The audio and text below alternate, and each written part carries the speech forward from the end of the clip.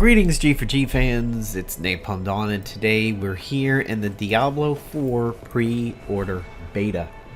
So the details of this beta are that you can only get into this beta if you have pre-ordered Diablo 4. And right now, of the 5 available characters at launch, we're going to have 3 available for this beta.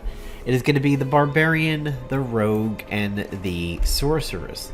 The 2 unavailable ones are the Druid and the Necromancer, which is a little bit of a shame because in Diablo 1 and Diablo 2 I played a variety of classes, but in Diablo 3 I stuck with my Demon Hunter and also did that again in Diablo Immortal. So that's kind of the vibe that I've been feeling. When Diablo 2 Resurrected came out, I started playing that as my Javazon, which was my original character in Diablo 2, a javelin-based Amazon character. So I was kind of looking forward to doing a Demon Hunter-ish character again, and they don't really have a direct parallel to that, but they do have the Rogue.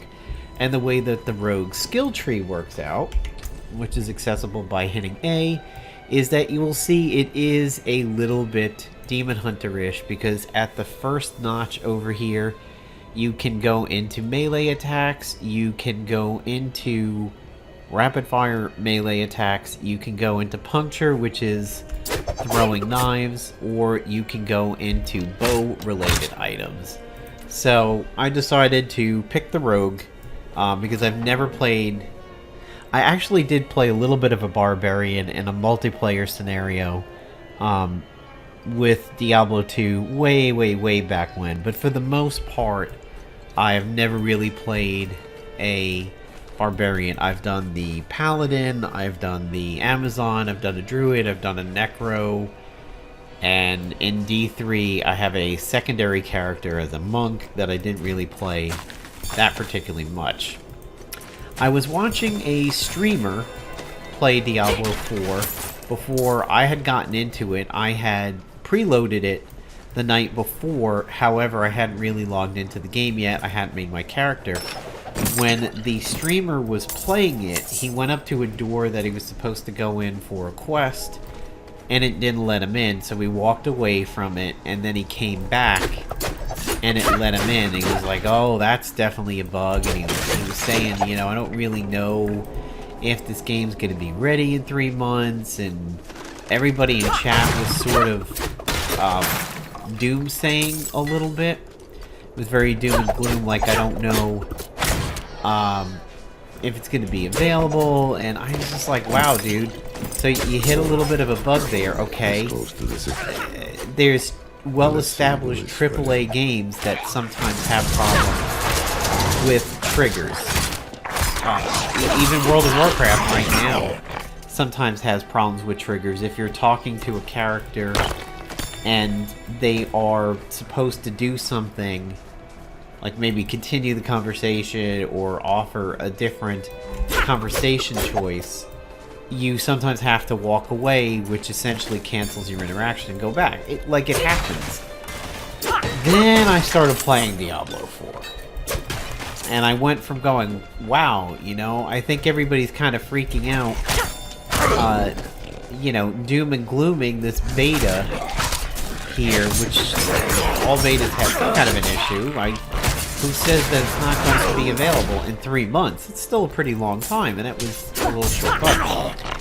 Yeah, well, now I'm kind of understanding why people might feel that way. Ever since I've been playing, there definitely has been moments. So the queue is having a major issue. When I first tried to get into the game, I was told that, not that I was behind 70 people, I was behind 70 minutes. And I was like, wow, okay, that's a queue. So I got into the game, and I made my character, and I recorded my first video. However, the stupid blue microphone voice effects were on, which would have been appropriate, because the voice is called Diablo, And I was like, I gotta redo it. But then I had major issues getting back into the game. And the queue was just very, very buggy. And you've already seen it once in this video, but sometimes the game sort of jerks for a split second. And it's a little jarring. If you are fighting a lot of enemies, you kind of sort of rubber band a little bit. It reminds me of the early days of World of Warcraft when people's connections were still shit, WoW's connection was still a little shit, and you could walk halfway across the zone and realize you haven't been seeing any creatures or any flora or fauna, and then all of a sudden you're like, brrr, and you rubber band back about 5 minutes of travel. It reminds me of that, except it's not 5 minutes worth. It's just a few seconds, but it's a bad look when you're in a fight with a bunch of creatures and you know you're getting mauled as you reset a little bit. So you'll notice that I've been collecting a few things over here. This game does have collecting a little bit like World of Warcraft. There's ore and herbs. You'll also notice the way things go with potions is a little bit different, and that you have charges similar to, say, a Dark Souls game, and what you pick up isn't actual potions that you use from your inventory. You pick up a charge. So if you're a little low on health and you've got a potion on the ground, just use it and then pick up the charge. I will say that this game definitely is a return to darkness. People have said Diablo 1 and Diablo 2 happen to be very dark in their presentation. Dark, brooding, gloomy, gothic, and there was some slams on Diablo 3 for not really keeping that dark aesthetic going. And I always thought that was a little ridiculous. Mostly because I was like, Diablo 3 does not represent as fun time, happy unicorn fartland.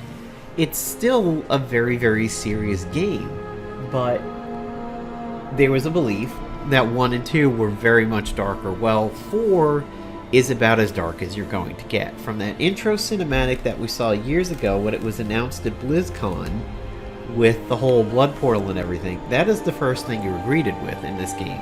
You go through that particular cutscene, and it's certainly nice to see it in game. Should clear up when the storm's passed.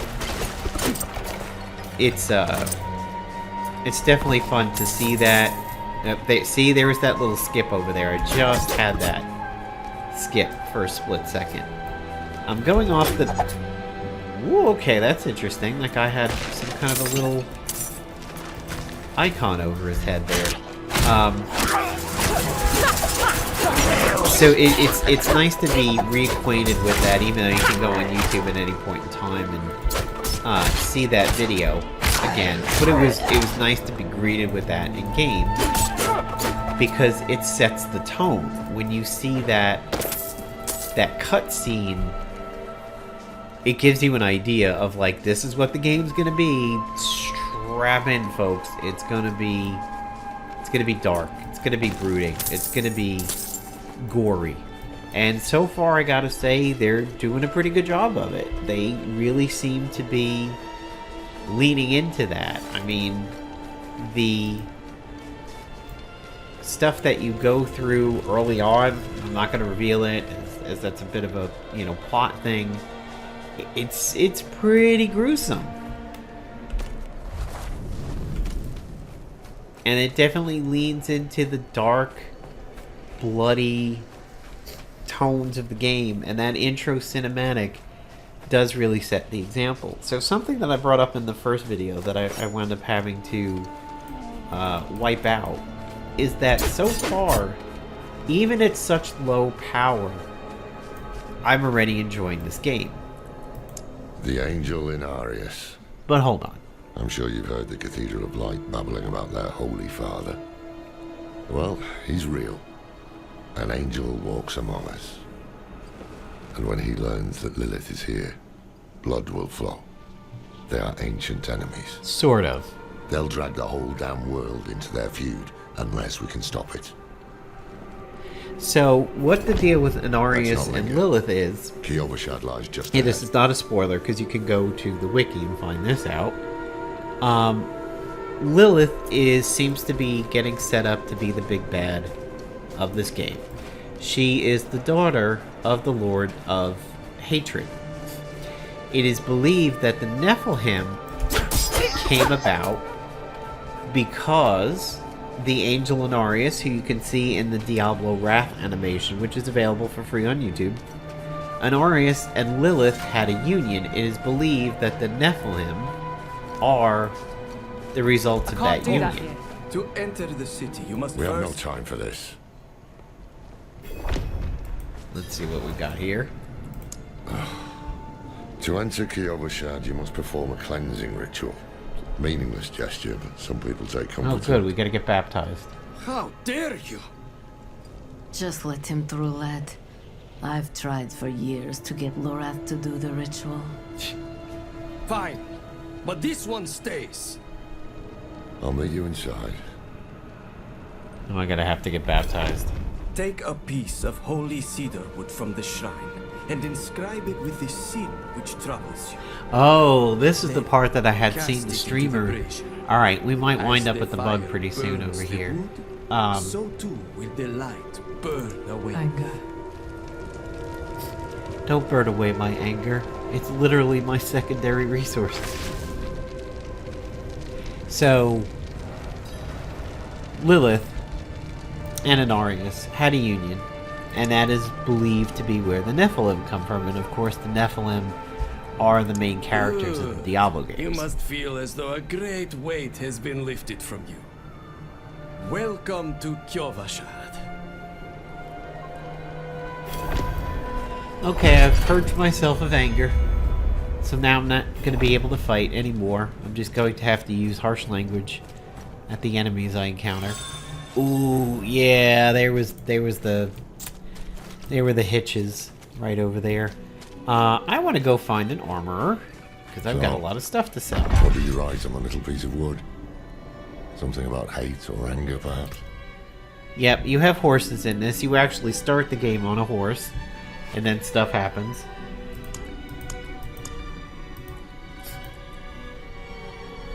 You can't get the horse yet. I'm going to leave this quest guide to see if I can find a blacksmith somewhere so I can sell my shit. Somewhere else to get warm. I was here The first. towns do have healers again. The first town I was in the game, I walked up to somebody Elixirs. who just simply healed me, just for talking to him. You can, with the herbs that you got, as you can see here, you can upgrade your healing flask, or your Estus flask, or your however you want to refer to it, except I'm not of a high enough level to do that yet. I'm gonna take a nice little bath over there and the Hulk's jizz. So here's a healer. They heal you for free. Found a new boil on my hand that makes 17. so far. Okay. Commons I should be good with. Alright, perfect. So when you destroy things, you actually get it as a transmog, which is pretty cool. This isn't meant for me. I know it's not meant for me. I want to sell it. No. That should do it. Now that's a repair. That's good salvage. Oh, there we go. Okay.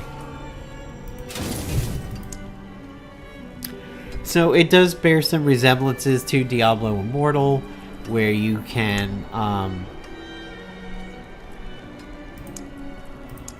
tell it to sell things of a certain level, a certain gear level and everything, and certain quality just by clicking this, which is nice.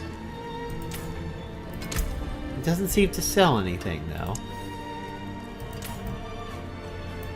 see maybe one of these Something guys. for the will. cold and dark. Yeah, I did see this with the streamer, that by the time the streamer had gotten here, everything that they were selling was Farewell, definitely and underpowered. good So, fortune. as I was saying, in regards to power, you know, despite years of playing Diablo 1, Diablo 2, even Diablo 3, I'm enjoying Found a new playing world this on very my hand underpowered That mixed character 17 so far. with just two skills. Just this bow skill that I have and this knife skill that I have. It's already fun because I've, as you can see from my inventory, I've already started to get blues, which is fun. My abilities have debuffs on them. My every third knife shot is a slow. Every second bow shot makes the enemy vulnerable. You feel like you're getting some kind of power. And where I compare it to is that when I started Borderlands 3, because I'd been so powerful and so kitted out in Borderlands 2 for so long, and had everything I wanted, bee shields, great snipers, rocket launchers, I mean, just about everything I could have wanted in the game I had owned through hard work and farming and everything. Oh wow, they can resurrect the big dudes? Jesus, man, you gotta take those shamans out first more than ever. They can resurrect those dudes and not just the little scrubs. So when I played Borderlands 3, I wasn't enjoying it in the beginning that much. And I realized what was happening is A, I was using a controller that was a little too small and it wasn't fun. And B, I wasn't enjoying myself because my power had reset so badly. You know, I only had one or two slots available for weapons, and it's, you know, it takes a long time to get to your third, and a pretty long time to get to your fourth. And my guns were white and gray. It didn't really have much status effect and everything like that. The skills were kind of trash. And I realized what was happening. I was like, oh, I know why I'm not enjoying this game as much. I'm not very powerful. Is there a shaman around? No, there's it's happening because my guns are weak, and, you know, no, there's definitely a shaman around here.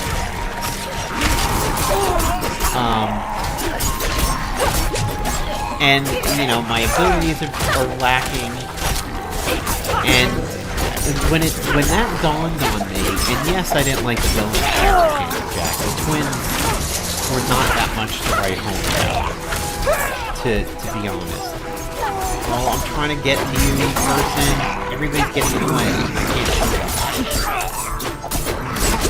So once I came to that realization that, hey, I will eventually enjoy the game where the power gets up there. Holy shit, this is actually kind of tough. The worst part of it is that people get up on the sword and I can't get to them because all these little dudes are blocking the shot. Oh, that's right. Oh, and I'm getting my ass beat.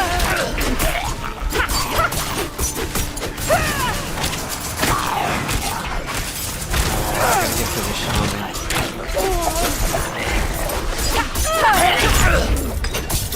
Oh, I think I lost the card.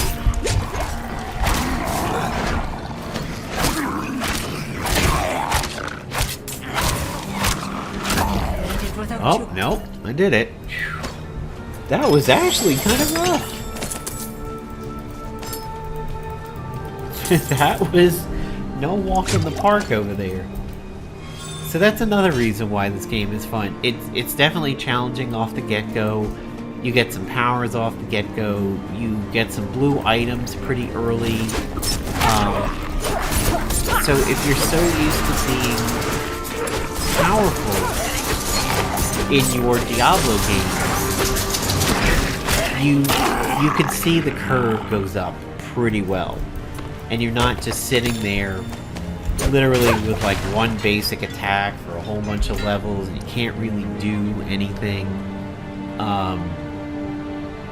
It's nice to see